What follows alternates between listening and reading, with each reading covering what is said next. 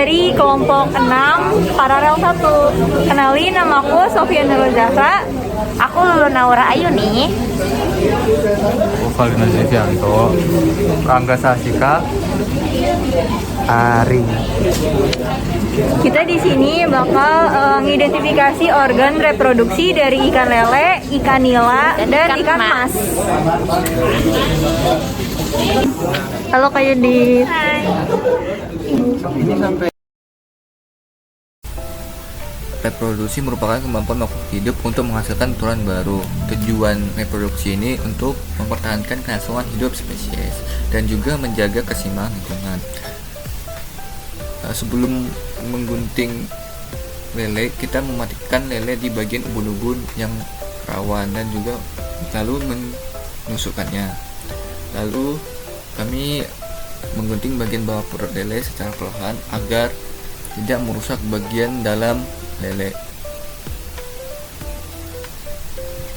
Bisa dilihat di video ada berwarna putih, yaitu lemak pada ikan lele yang sangat banyak, dan juga terdapat ginjal, usus, hati, jantung, dan gonad.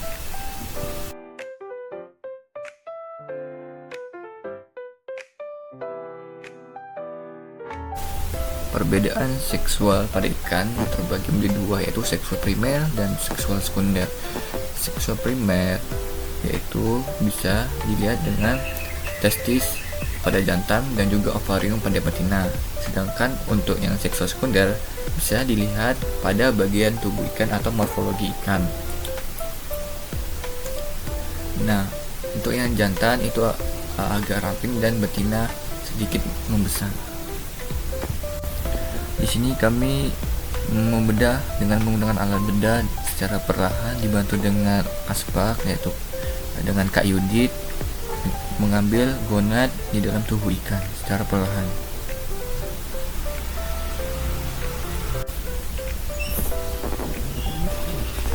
Nah, sebelum dibedah dilakukan penusukan tepat di bagian ubun-ubun ikan agar ikan tidak bergerak dan juga tidak merusak bagian dalam tubuh ikan,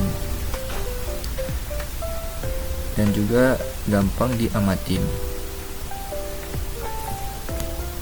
Ini bagian kelamin ikan.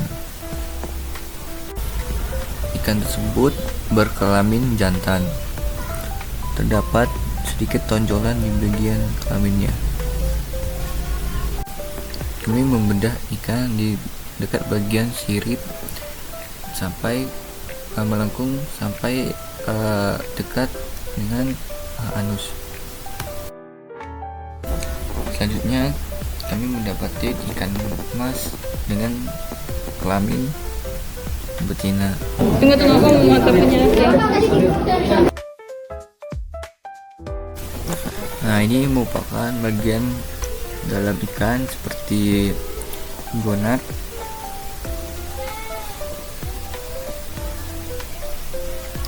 dan juga ada bagian-bagian lemak yang dikeluarkan.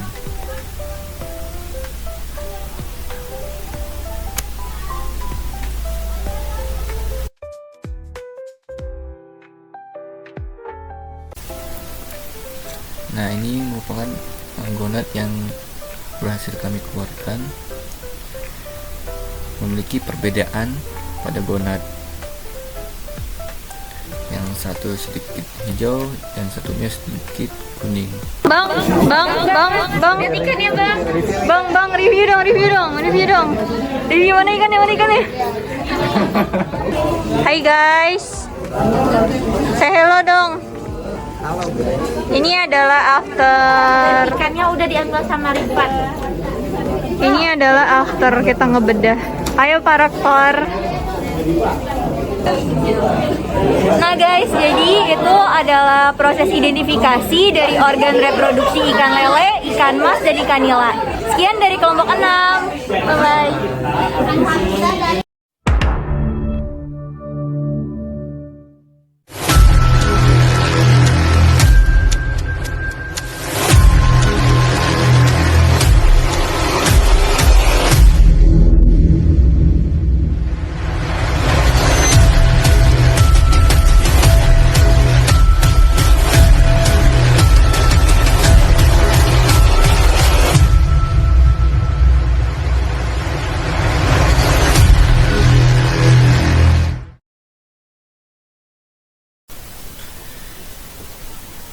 di sini kita akan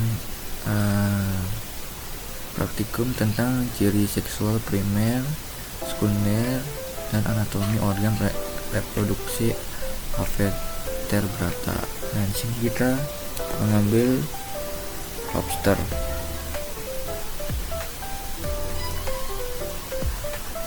Nah, kita mengambil lobster di akuarium. Lobsternya berwarna merah.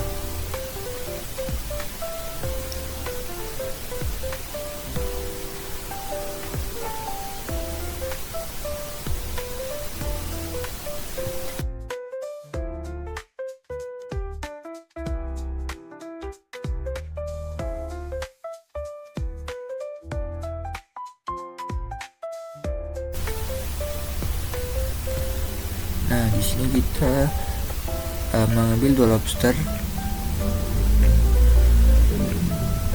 dengan jenis kelamin yang berbeda. Bisa dilihat dengan ukuran capit pada lobster tersebut.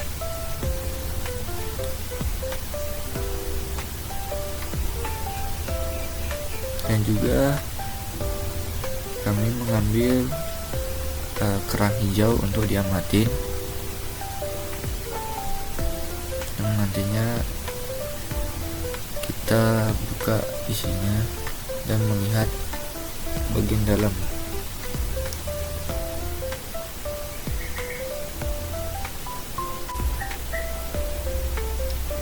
Nah, kami juga mengamati cumi-cumi.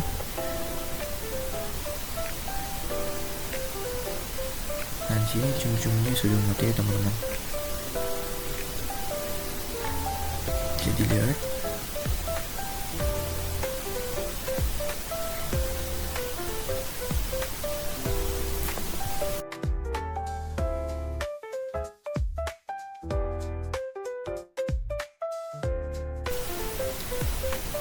Nah, kami juga mengambil udang faname.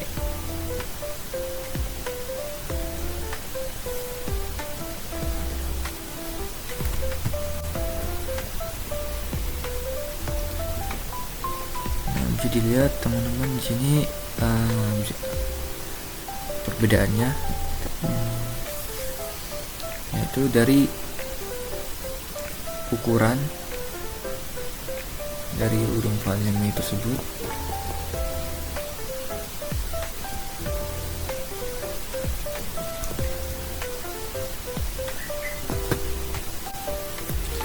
Bisa dilihat teman-teman, tadi ada metasma pada jantan dan juga telikum pada betina. Bisa dilihat ini.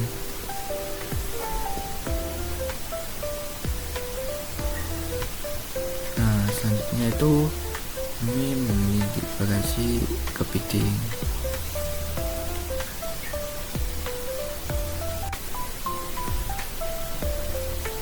Nah, ini bagian bawah kepiting, ada selaput-selaput di bagian dalam produksinya.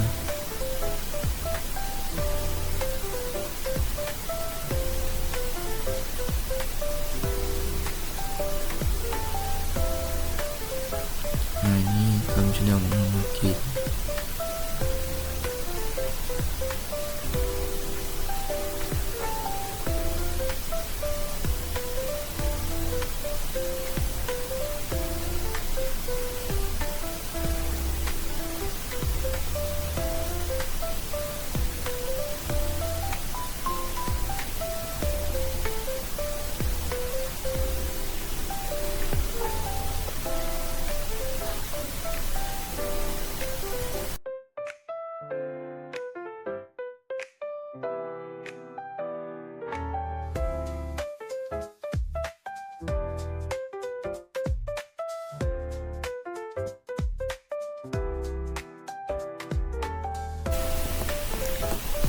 Nah, ini gambar dari jurnal si et al 2019. Nah, ini hasilnya dari kepiting bakau. Bisa dilihat perbedaannya. Bagian A itu dia berjenis kelamin jantan dengan ditandai dengan bentuk dari tonjolan yang terdapat di gambar.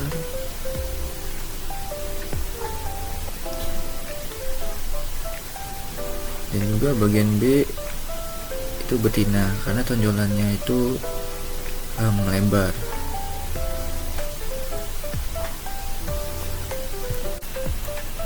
Nah, yang selanjutnya itu ada kerang hijau. Nah, di sini ada gambar kerang hijau dari jurnal Yap et al 2016. Sini kita dapat lihat bahwa ada beberapa perbedaan. Nah, perbedaannya itu dari gonad. Nah, yang pertama tuh gonadnya berwarna oranye. Nah, gonad yang berwarna oranye ini bertandakan bahwa kerang tersebut berkelamin betina. Sedangkan gonad yang berwarna krem itu bertanda bahwa kerang tersebut berkelamin jantan. Nah, yang selanjutnya itu ada lobster. Nah, ini adalah gambar lobster dari jurnal Jamlian et al 2018. Terdapat perbedaan dari lobster betina dan lobster jantan. Nah, perbedaan itu ada sepasang testis, sepasang vas efferens, dan petasma. Kalau yang itu tadi yang jantan, sedangkan yang betina itu ada sepasang ovarium, sepasang oviduk, dan telikum. Nah, dan juga kita bisa melihat dari ukuran hak tersebut. Yang jantan itu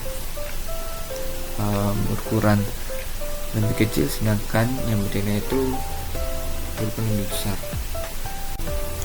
Nah, yang selanjutnya itu ada cumi-cumi. Nah, ini gambar cumi dari sumber jurnal Ayer Baba et al 2019. Nah, di sini kita dapat melihat yang kiri itu jantan, yang kanan itu betina. Nah, kita dapat melihat perbedaan jantan dan betina itu dari ukuran tubuhnya. Nah, ukuran tubuhnya itu jantan itu lebih panjang dan ramping, dengan betina itu lebih pendek dan gemuk. Dan juga jantan memiliki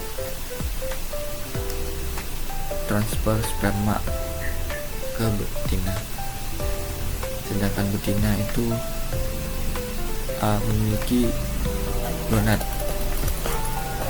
yang siap bertelur.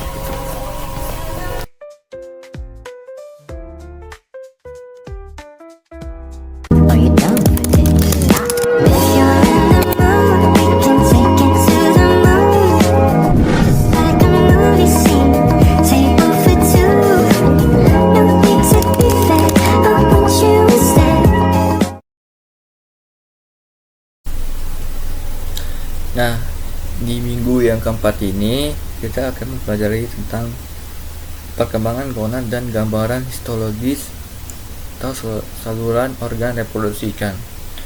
Ikan yang kita gunakan yaitu ikan mas dan ikan lele.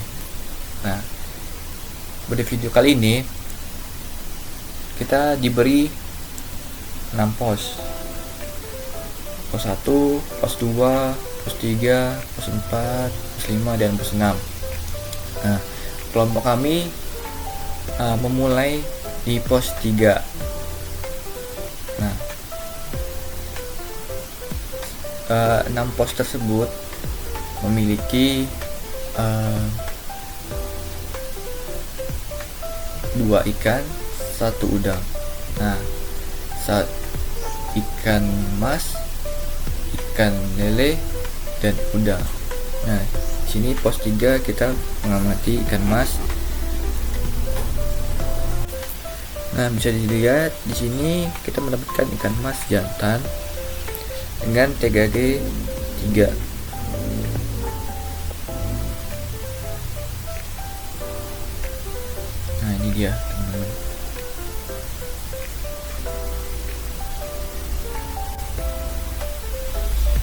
Nah, yang selanjutnya itu ada ikan lele.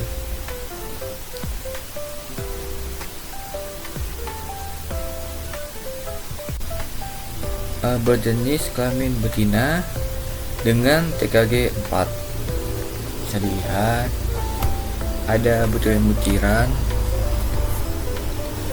di gonatnya dan nampak bulatan yang terdapat di kantong gonatnya berwarna kuning.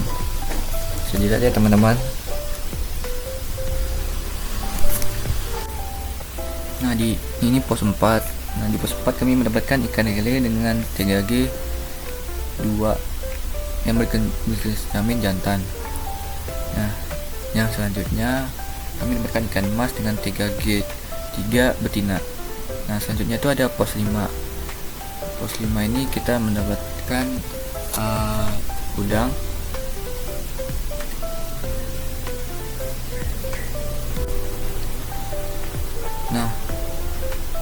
di pos 5 ini kami mengidentifikasi udang yang berjenis kelamin betina. Nah, kami mengamati bahwa udang tersebut di tingkat TKG 4. Nah, udang yang dipakai itu bernama udang yellow cherry udang yellow cherry.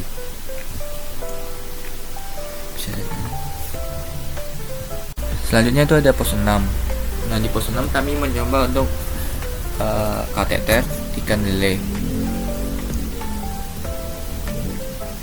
Kami melakukan penyedotan secara perlahan-lahan untuk mengeluarkan isi gonatnya. Selanjutnya itu ada pos 1. Nah, di pos 1 ini kami mendapatkan ikan lele dengan berjenis kelamin jantan yang terdapat tingkat TKG 3 di dalamnya. Jadi teman-teman, ini TKG pada lele tersebut berwarna putih. Nah, selanjutnya ada lele dengan berjenis kelamin betina. Nah, lele yang kami dapatkan ini tingkat TKG nya itu berada di TKG 4. Bisa dilihat teman-teman di sini ada butiran.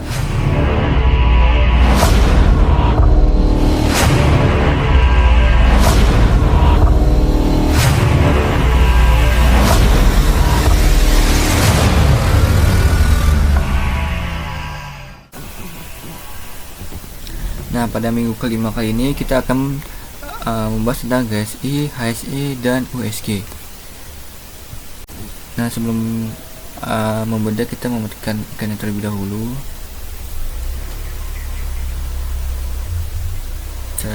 Nah, maaf ya teman-teman, ini sebelum ditusuk atau dimatikan kita melakukan USG terlebih dahulu agar mengetahui gonat di dalam tubuh ikan. Yang bisa dilihat di transverse view.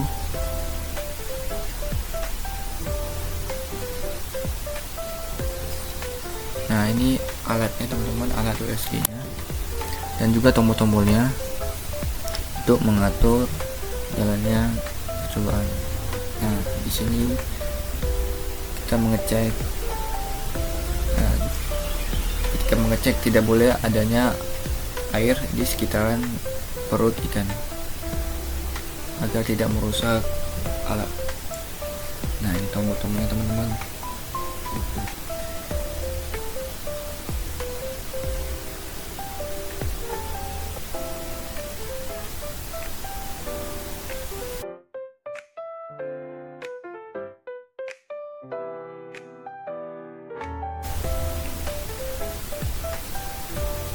Nah, setelah itu kita akan melakukan penimbangan. Ini nilai yang bobot 307,56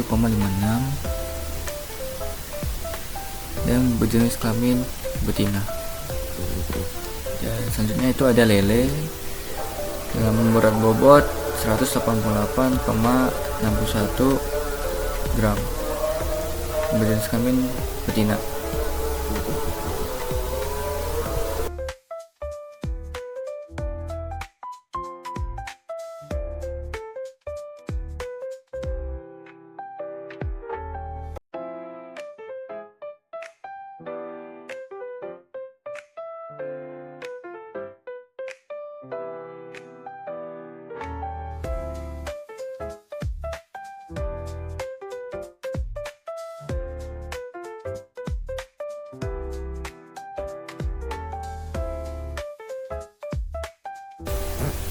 Nah, ini bagian hati ikan ya teman-teman, bisa dilihat warna coklat kehitaman.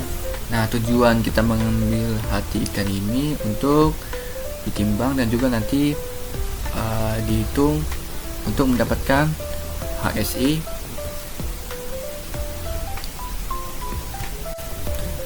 Nah, untuk mencari HSI itu kita membandingkan antara bobot hati dengan bobot tubuh ikan.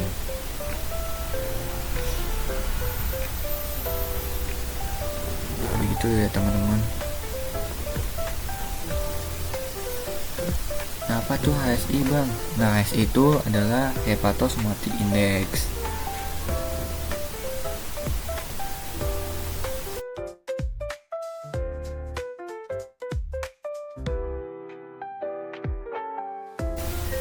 Nah, yang selanjutnya itu ada gonad. Bisa dilihat teman-teman, di sini ada gonad dari ikan yang jenis kelamin betina. Nah, tujuan kita mengambil gonad ini untuk mengetahui GSI atau gonadosmotic index-nya dengan cara presentasi perbandingan antara bobot gonad dengan bobot tubuh ikan. Nah, nanti kita hitung tuh dan mendapatkan hasilnya. Nah, setelah mendapatkan hasilnya, kita akan mengetahui bahwa inilah GSI yang lebih dari 20% itu memiliki kemampuan memijah pada musim tertentu, sedangkan yang kurang dari 20% itu memiliki kemampuan melakukan pemijahan sepanjang tahun. Begitu teman-teman. Nah, di sini. Nah, kami mendapatkan bobot gonad yaitu 0,72 gram dan 0,44 gram. Dan juga kami mendapatkan nilai GSI 0,23% dan 0,23%, dan juga nilai HSI 0,14% dan 0,87%.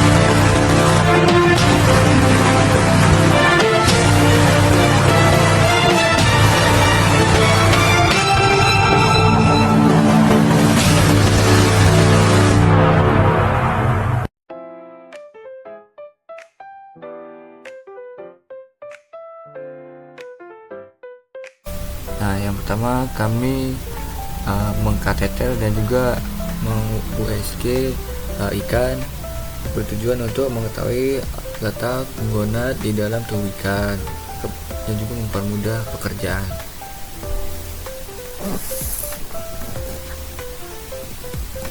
Lalu setelah itu kami melakukan pembedahan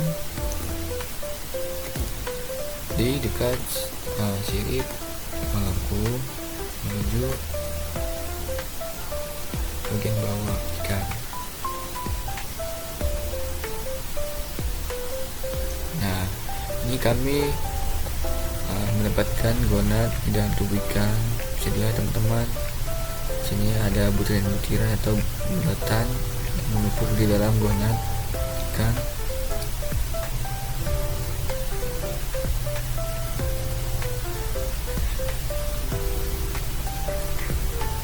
Nah, di sini kami berusaha untuk mengeluarkan gonad secara perlahan agar tidak merusak kualitas dan juga bentuk dari gonad tersebut. Nah, mengeluarkannya ini dengan menggunakan alat benda ya teman-teman. Lalu kami melakukan penimbangan gonad.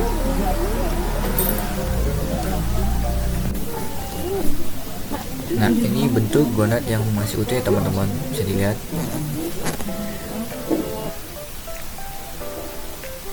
Nah, setelah itu kami melakukan pemisahan gonadnya menjadi dua. Nah, ini proses pemisahannya teman-teman, harus dilakukan hati-hati agar tidak merusak tekstur dan juga bentuk dari gonadnya ya teman-teman, agar mempermudah dalam proses laporannya nanti.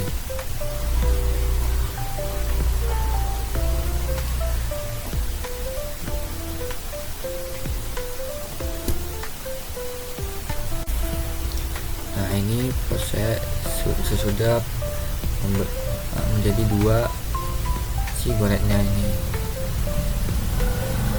Nah, lalu ditimbang, masing-masing itu ditimbang ya teman-teman. Setelah dipotong lalu ditimbang. Nah, setelah ditimbang kita gunting menjadi 3 bagian. Nah, 3 bagian itu ada godain anterior, tengah, dan posterior.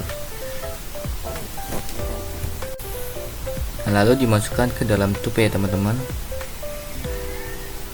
Nah, setelah itu kalau misalnya sudah masuk tube, kita dapat misalkan telurnya.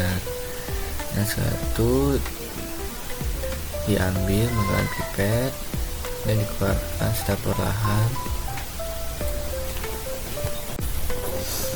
Nah, setapannya teman-teman. Nah, setelah itu ini hasil dari yang kateter atau melakukan sedotan. Nah, ini hasilnya teman-teman. Nanti setelah itu kita amatin, terus kita ukur menggunakan mikroskop. Nah, di sini kita mengukur horizontal dan vertikalnya teman-teman. Nah, bisa lihat.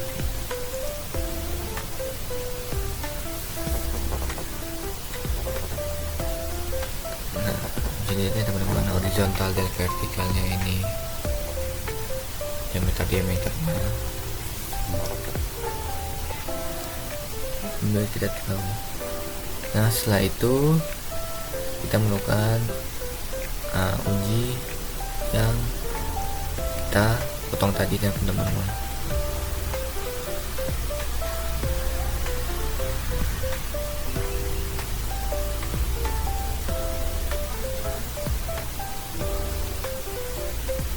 Nah, ini teman-teman bisa dilihat.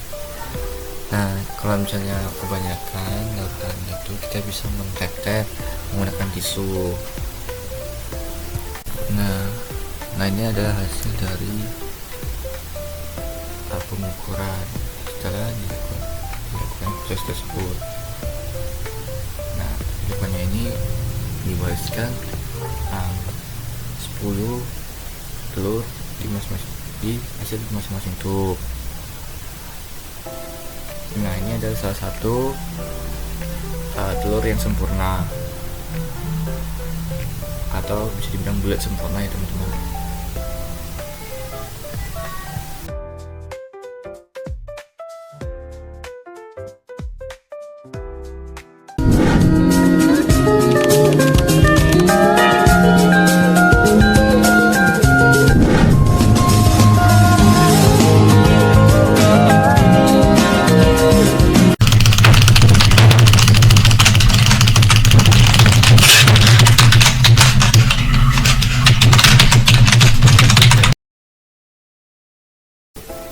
Nah, untuk minggu ini kita akan melakukan pengolahan data.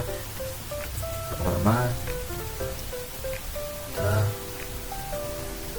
lakukan pengolahan dengan merumuskan range, dimana maksimum dari jumlah diameter total dikurang minimum dari jumlah diameter totalnya.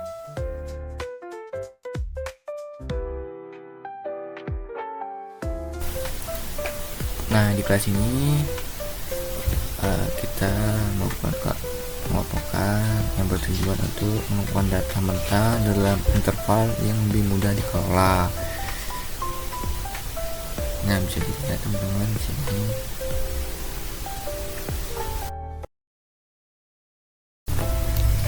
Nah, bisa dilihat teman-teman, rumusnya itu adalah 1 tambah 3,3 dikali log 10 ke kurung kon,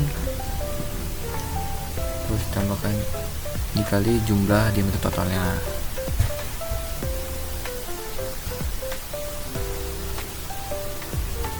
Nah, nanti itu akan didapatkan kelasnya ya teman-teman. Nah, satu angka di belakang koma saja teman-teman.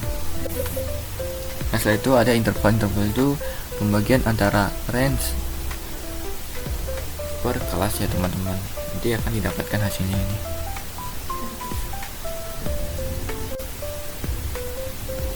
Nah, setelah itu kita akan membuat kelas batas bawah dan batas atas.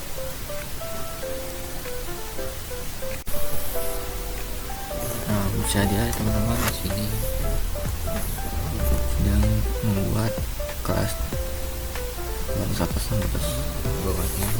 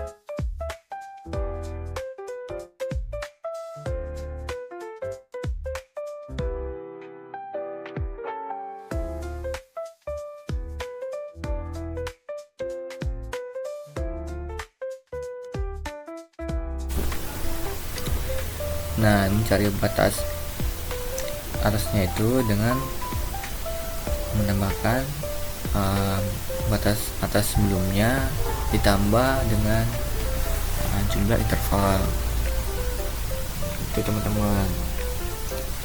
Kalau batas bawahnya kita dapatkan dari nilai dari batas atas sebelumnya.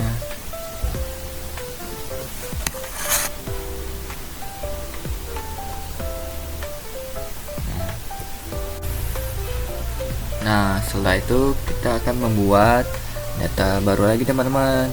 Nah, itu dengan menambahkan kelas, batas bawah, batas atas, frekuensi, versi kumulatif, median, modus, nilai minimum, nilai maksimum, dan standar deviasi teman-teman. Nah, yang kita akan cari yaitu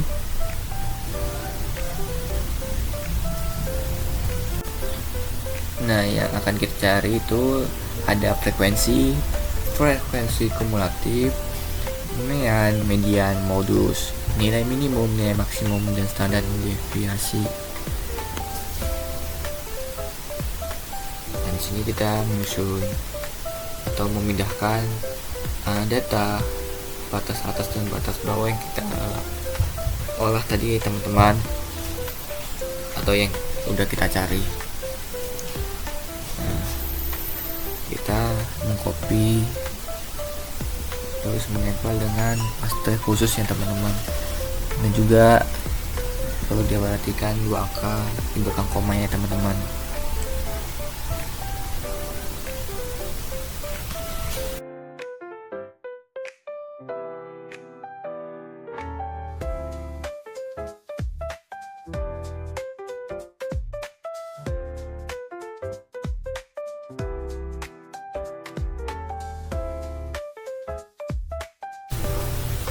Nah, untuk mencari frekuensi bisa mencari dengan rumus kauntif ya teman-teman. Nah, jangan sampai salah pengetikan rumusnya, karena salah sedikit tidak akan muncul nilainya teman-teman. Jadi kita harus teliti ya teman-teman frekuensi.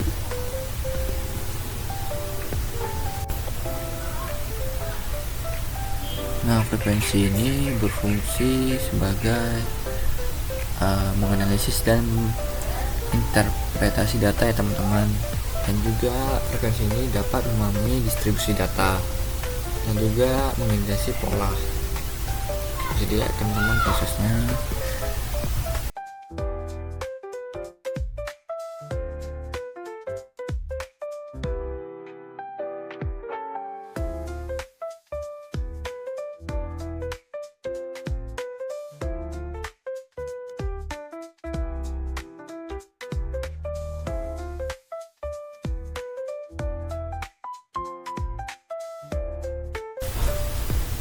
Nah, ada beberapa hal penting teman-teman. Jangan lupa menempatkan dolar di setiap rumusnya teman-teman, agar tidak mengubah hasil rumusnya nanti teman-teman, terus terusnya. Nah, bisa dilihat kan sempurna ya teman-teman. Nah, selanjutnya itu ada frekuensi kumulatif. Nah, frekuensi kumulatif bisa dicari dengan hasil dari frekuensi ditambah hasil setelah dari frekuensi. Nah, bisa dilihat teman-teman di sini.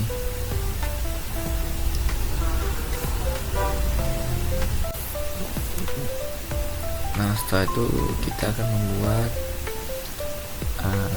atau mencari data penuaian median modus, minimum dan maksimum dan standar deviasi. Nah, untuk mencari median itu bisa menggunakan rumus average buka kurung total dari data diameter totalnya teman-teman.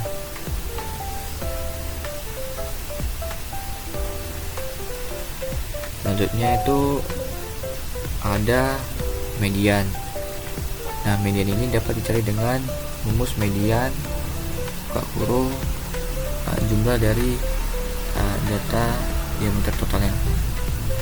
Seterusnya ada modus, sama juga dengan menggunakan rumus mode ya teman-teman, buka kurung jumlah dari data atau diameter totalnya.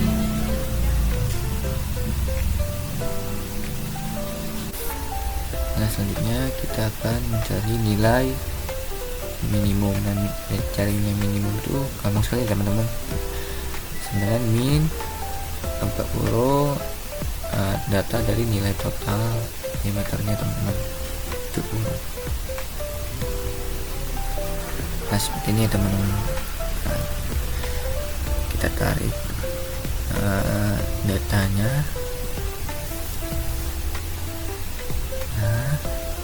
Dan mendapatkan hasil selanjutnya itu ada nilai maksimum. Nah, nilai maksimum ini didapatkan dengan max kurung data dari nilai diameter total diameternya teman-teman, tutup kurung. Terus ada standar deviasi, itu dengan STDF ya teman-teman, STDF P buka kurung nilai data diameter totalnya teman-teman. Nah, didapatkan hasilnya teman-teman, semuanya sudah didapatkan. Terus kita akan membuat data baru lagi teman-teman.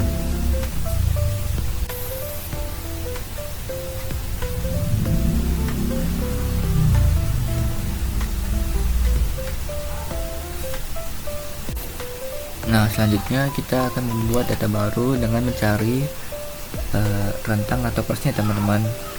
Nah, dan juga menambahkan data frekuensi di sampingnya, bertujuan untuk menghasilkan histogram data. Nah, bisa dilihat teman-teman di sini histogramnya, tinggal kita klik ya teman-teman dari menu Excelnya. Nah, kita blok dulu, terus kita klik menu histogramnya, terus dapat dihasilkan histogram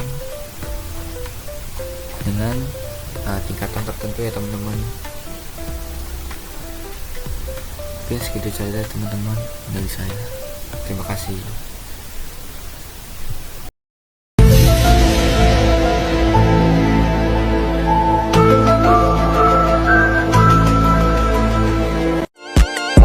Bye.